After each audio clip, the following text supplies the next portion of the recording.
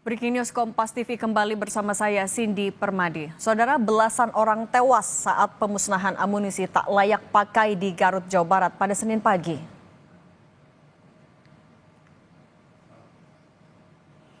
Pemusnahan amunisi tak layak pakai terjadi di Desa Sagara, Cibalong, Garut, Jawa Barat. Dari rekaman video amatir terlihat ledakan terjadi sebanyak 2 kali. Ledakan terjadi pada Senin sekitar pukul 9 pagi.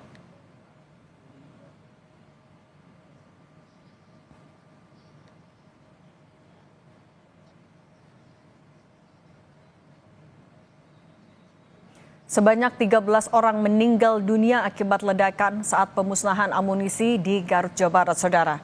Pemusnahan amunisi kadaluarsa tersebut terjadi Senin pagi di Desa Sagara, Garut, Jawa Barat. 11 korban tewas, diantaranya Kolonel CPL Antonius Hermawan, Mayor CPL Anda Rohanda, sementara 9 orang lainnya diduga berasal dari warga sipil. Seluruh korban langsung dievakuasi ke RSUD Pamengpeuk, Garut.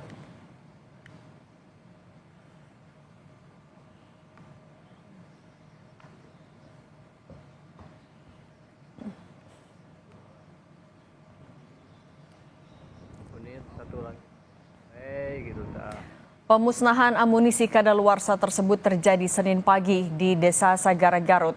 Ke-13 jenazah korban ledakan pemusnahan amunisi langsung dibawa ke RSUD Pamengpeuk, Garut, Jawa Barat untuk proses identifikasi.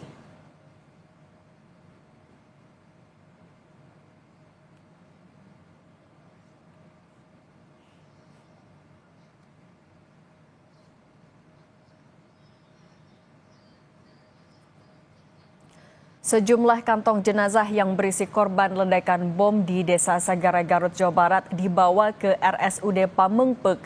Dari 13 korban, diduga 4 korban tewas merupakan anggota TNI, sementara lainnya merupakan warga sipil.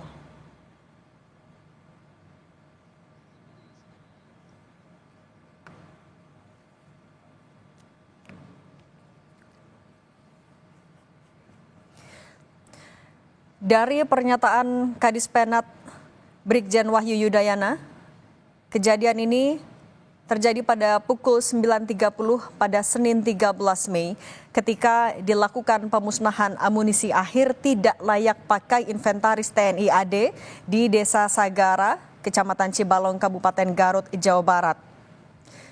Kalau pernyataan dari Kadis Penat, secara prosedur sudah dilakukan pengecekan personil dan lokasi peledakan sebelum dilakukan.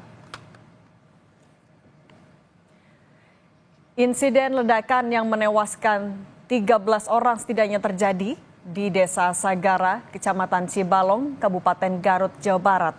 Peristiwa terjadi saat pemusnahan amunisi tidak layak pakai pada Senin 12 Mei 2025 pukul 9.30 pagi.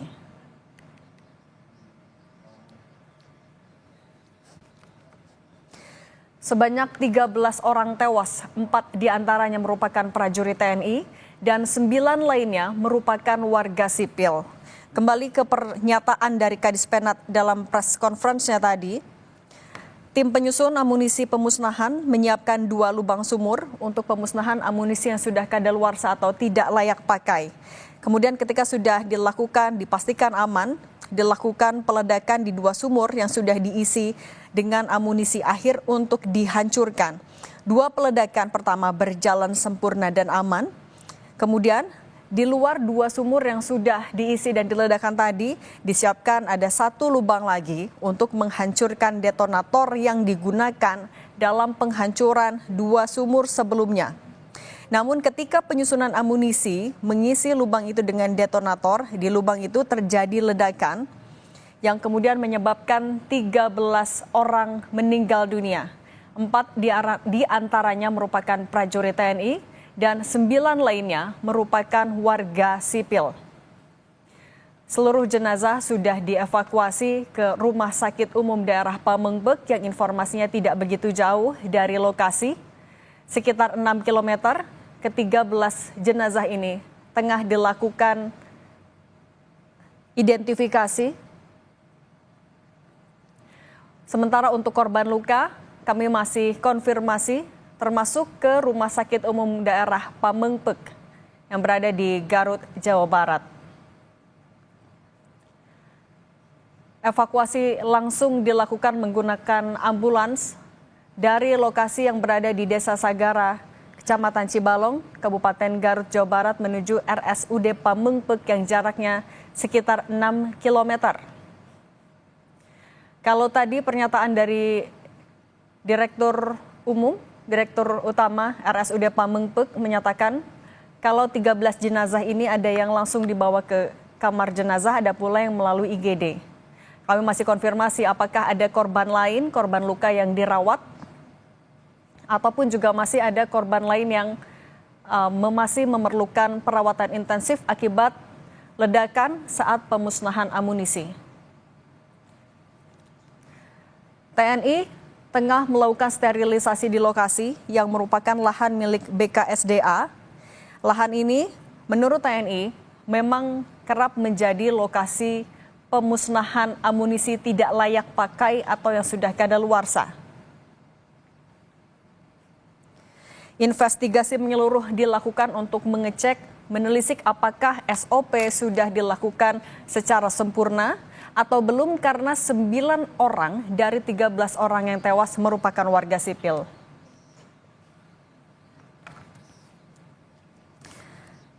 Dan bersama kami sudah terhubung Pak Anton Ali Abbas, pengamat militer. Pak Anton, selamat petang. Pak Anton, bisa dengar suara studio? Dengar, jelas. Suara saya jelas ya? Jelas. Bersama Cindy, Pak Anton. Pak Anton, apa yang bisa Anda cermati ketika proses pemusnahan amunisi bisa menyebabkan 9 orang sipil tewas? Ya, pertama saya tentu ikut berduka cita yang mendalam dan prihatin atas insiden ini. Tentu saja insiden ini semestinya tidak perlu terjadi. Itu satu, gitu. Yang kedua, memang kalau misalnya dilihat sepintas dari lokasi ya, lokasinya sudah ada jarak aman. Sebenarnya kalau kita bicara secara umum bahwa TNI dan Kementerian Pertahanan dalam hal ini itu sudah mempunyai panduan yang cukup rigid terkait bagaimana pengelolaan amunisi. Dan itu sampai ke level tingkatan tiap matra, baik dari Angkatan Darat, Laut, Udara. Mereka sudah punya aturan main. Misalnya jenisnya bahan apa, lalu berapa jumlahnya, maka berapa radius yang harus diamankan. Dan sebenarnya sudah ada. Tentu saja ketika ada insiden ini yang kemudian menjadi tanda tanya saya. Gitu. Kenapa kok bisa ada jatuhnya korban jiwa? Gitu. Jadi itu yang kemudian kalau tadi saya mencoba mencermati bagaimana pandangan dari TNI dalam hal ini Kapuspen TNI sudah mencoba menjelaskan mereka akan melakukan tim investigasi dan lain-lain. Saya pikir itu memang perlu untuk dilakukan, itu satu. Yang kedua memang ada baiknya kemudian SOP-nya itu harus ditinjau ulang karena bagaimanapun juga ketika ada perwira aktif juga ikut jatuh jadi korban gitu misalnya, artinya tentu saja ini mensiratkan ada problem yang memang harus diantisipasi ke depan sehingga kemudian kejadian ini tidak berulang lagi gitu. Jadi karena SOP-nya sudah rigid, tapi ketika kita bicara tentang implementasi misalnya itu tentu saja jangan-jangan ada dinamika di lapangan. Ya tadi ada warga kayak saya ada korban misalnya itu saya pikir korbannya sudah paham sekali bagaimana pengelolaan disposal sebuah amunisi gitu. Tapi jadi ada kejadian ini itu yang membuat saya prihatin kemudian ada apa gitu ya. Jadi memang tim investigasi yang dilakukan oleh TNI itu menjadi penting. Jadi tidak hanya sekedar kejadian tapi juga ikut melakukan evaluasi terkait SOP. Gitu ya, SOP-nya seperti apa. Karena bagi saya semestinya jatuhnya korban jiwa ini semestinya bisa dihindari gitu. Jadi terkait ya namanya warga sipil terkadang memang merasa ingin buru-buru ya. Tadi ini ada nilai ekonomis dan lain-lain. Tapi kan ada sensitivitas ketika kita bicara bahan peledak yang ini amunisi ada kaliber besar dan kaliber kecil. Misalnya ini campuran, ketika itu diledakkan itu kan biasanya itu ditanam lalu diledakkan gitu. Jadi kan itu sebenarnya ada sensitivitas, apakah semuanya sudah meledak atau belum gitu, dan lain-lain. Ada butuh berapa waktu lama dan siapa yang melakukan clearance dan lain-lain. Nah ini kan memang semestinya harus dicermati. Jadi itu yang saya pikir penting nanti ke depannya tim investigasi tidak hanya sekedar mencari tahu bagaimana terjadi di lapangan, tapi juga SOP, Juklak, Juknis terkait pemusnahan amunisi dan juga bahan peledak yang sudah kadaluarsa maupun rusak. Ini penting untuk kemudian ditinjau ulang. Itu, Mbak. Nah, Pak Anton, tapi kalau panduannya, ini kan artinya ketika proses pemusnahan itu masih berlangsung, ada warga sipil yang sudah ada di dalam. Seharusnya seperti apa? Sesteril apa seharusnya pemusnahan amunisi itu berlangsung? Nah, itu yang kemudian saya juga menjadi tanya-tanya, kok bisa warga sipil ini bisa masuk ke dalam gitu ya. Jadi artinya apa? Artinya kondisinya nggak terlalu steril amat atau kayak apa? Atau memang ada warga yang mencoba misalnya masuk jalan tikus karena ini karena mereka berebut untuk mengambil puing-puing itu. Ini yang memang bagi saya menjadi concern ketika kita melakukan pemusnahan amunisi gitu. Jadi kalau misalnya dilihat dari gambar ya, lihat itu sebenarnya ada jarak gitu. Jadi TNI itu sebenarnya sudah ada panduan, ada jarak aman, berapa kilogram, jenisnya kayak apa, itu jarak amannya bagaimana dan lain-lain. Itu TNI sudah punya panduan yang cukup rigid gitu ya. Tapi tadi ada sensitivitas. Ketika sudah meledak kemudian ada yang masuk, sebenarnya siapa melakukan clearance dan lain-lain gitu ya. Ini yang apakah misalnya korban TNI itu karena mengejar warga yang ingin masuk ke dalam gitu dan lain-lain. Nah ini kan kita juga masih belum tahu karena informasinya sejauh ini masih simpang siur. Tapi bagi saya concern saya adalah ya tadi pengamanan perimeter, kemudian mau nggak mau ke depan akan harus dievaluasi bagaimana gitu ya, bagaimana pengamanan perimeter itu dilakukan dan termasuk juga kemudian penentuan lokasinya. Artinya bahwa memang lokasinya ini memang harus steril, tidak hanya sekedar kita pertimbangan adalah jarak aman, jauh dan lain-lain gitu ya. Jadi bagaimana kemudian lokasi ini memang steril dari masyarakat gitu sehingga mereka memang tidak mudah untuk masuk dan lain-lain. Pak Itu. Anton, tapi kalau untuk di Juknisa sendiri, untuk menjaga steril lokasi pemusnahan, apakah harus sampai dijaga ketat oleh anggota atau bahkan harus sampai dipagari areanya? Di Juknis itu seperti apa, Pak?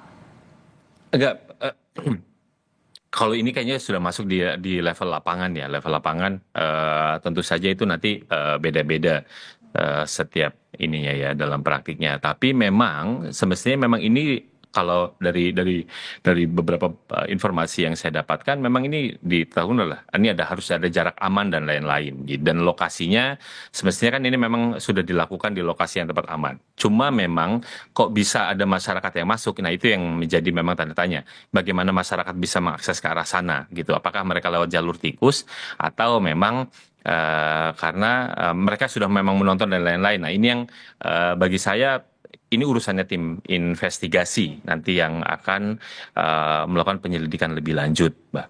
Gitu. Jadi memang kalau dari sisi panduan segala rupa di atas kertas itu sudah aman dan kalau misalnya memang itu dilakukan, bagi saya sih itu sudah cukup mitigasi. Tapi lagi-lagi ketika kita bicara tentang praktik di lapangan kan tentu dinamikanya berbeda-beda, gitu. Walaupun misalnya dari sisi TNI mereka sangat berpengalaman dalam melakukan disposal ini. Tapi lagi-lagi ketika kita menghadapi masyarakat yang memang punya concern terhadap ada nilai ekonomis dan lain-lain, ini kan juga makanya tadi saya bilang ada dinamika di lapangan yang memang ternyata butuh juga mendapatkan perhatian lebih gitu. Jadi bagaimana kemudian baik itu melakukan sosialisasi, lalu juga meminta pengertian dari masyarakat untuk tidak buru-buru masuk dan lain-lain. Nah ini yang bagi saya ke depan itu juga untuk penting ya, penting aspek ini untuk juga dikembangkan dan diperkuat. Ini dugaan awal saya seperti itu, Mbak. Pak Anton, tapi mungkin bisa dibantu jelaskan juga kepada publik sebenarnya serawan apa amunisi yang sudah kadaluarsa ini? Ya, kalau ditanya serawan apa, kalau misalnya kita bicara tentang kadaluarsa itu kadang-kadang mereka, jadi di TNI itu kan ada kriterianya ya, ada kriterianya mulai dari jenisnya sampai di tingkat rusaknya kayak apa. Jadi kalau udah di kategori itu, lalu nanti beratnya gitu ya, beratnya juga akan menentukan seberapa besar potensi daya rusaknya dan bagaimana kemudian kita menciptakan yang namanya tadi jarak aman gitu. Di TNI itu ada panduannya gitu. Jadi rusak ini apakah dia masih bisa diperbaiki dan lain-lain. Kalau misalnya dia tidak diperbaiki maka seperti apa, penyimpanannya kayak apa gitu dan lain-lain, itu di TNI sudah ada detailnya gitu ya. Jadi mereka punya hitung-hitungannya, bagaimana misalnya nanti gudang penyimpanannya dan lain-lain. Gitu. Termasuk juga nanti kemudian ketika kita bicara tentang pemusnahannya apakah model seperti apa? Apakah model diledakkan atau model ditimbun dan lain-lain. Nah ini yang lagi-lagi tergantung dari jenis, berat, dan sejumlah spesifikasi lain yang harus dipertimbangkan gitu. Jadi biasanya kalau misalnya nanti dia untuk diledakkan, maka itu nanti akan ada bantuan dari TNT atau dinamit gitu. Dia ditanam di dalam tanah misalnya, paling minim adalah 2 meter, lalu ditimbun gitu, diledakkan dari jarak jauh gitu ya. Nah itu makanya ini yang kalau dugaan awal saya ketika lihat ini, oh ini kan sudah diledakkan dari jauh, jadi kan kita bisa lihat misalnya di gambar prajurit TNI-nya sudah ada dalam jarak aman gitu. Jadi dari lokasi ledakan gitu. Nah, ini kan problemnya adalah ketika ledakan kedua gitu. Jadi ada munisi yang belum meledak gitu, yang belum meledak, dan ketika munisi itu memang sudah rusak, ada kadaluarsa, memang rentan gitu ya. Ada yang rentan dengan sinar matahari dan macam-macam, sinar karena panas dan lain-lain. Jadi kita lihat lokasinya panas misalnya, jadi pemicunya menjadi rentan karena dia tidak stabil sehingga mudah kemudian terjadi ledakan.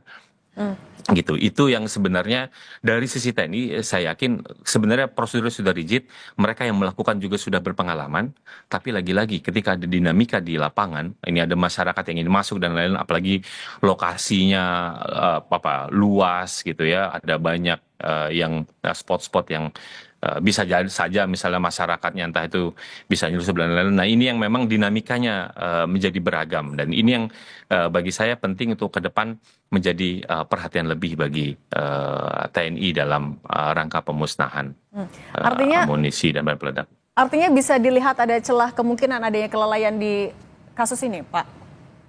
Kalau apakah ini ada kelalaian dari SOP atau misalnya karena tadi saya bilang ini adalah dinamika di lapangan gitu, ini yang nanti akan dilakukan oleh tim investigasi gitu. Saya tentu tidak bisa mendahului, wah ini ada klien satu atau dengan lain gitu ya. Jadi karena saya yakin yang salah satu korban misalnya itu sudah berulang kali melakukan ini. Jadi dia sudah sangat paham sebenarnya dengan prosedur, dengan SOP, dengan apa yang dia lakukan. Jadi dia sangat kompeten gitu ya. Tapi tadi ketika beliau gugur, ini yang kemudian bagi saya adalah salah satu kedukaan bagi TNI ketika kehilangan prajurit yang sangat kompeten.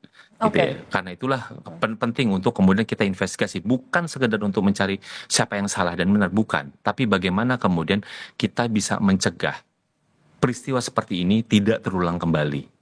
Gitu. Jadi ada yang memang ke depan harus kita perbaiki dan evaluasi. Yes. Investasi dan evaluasi.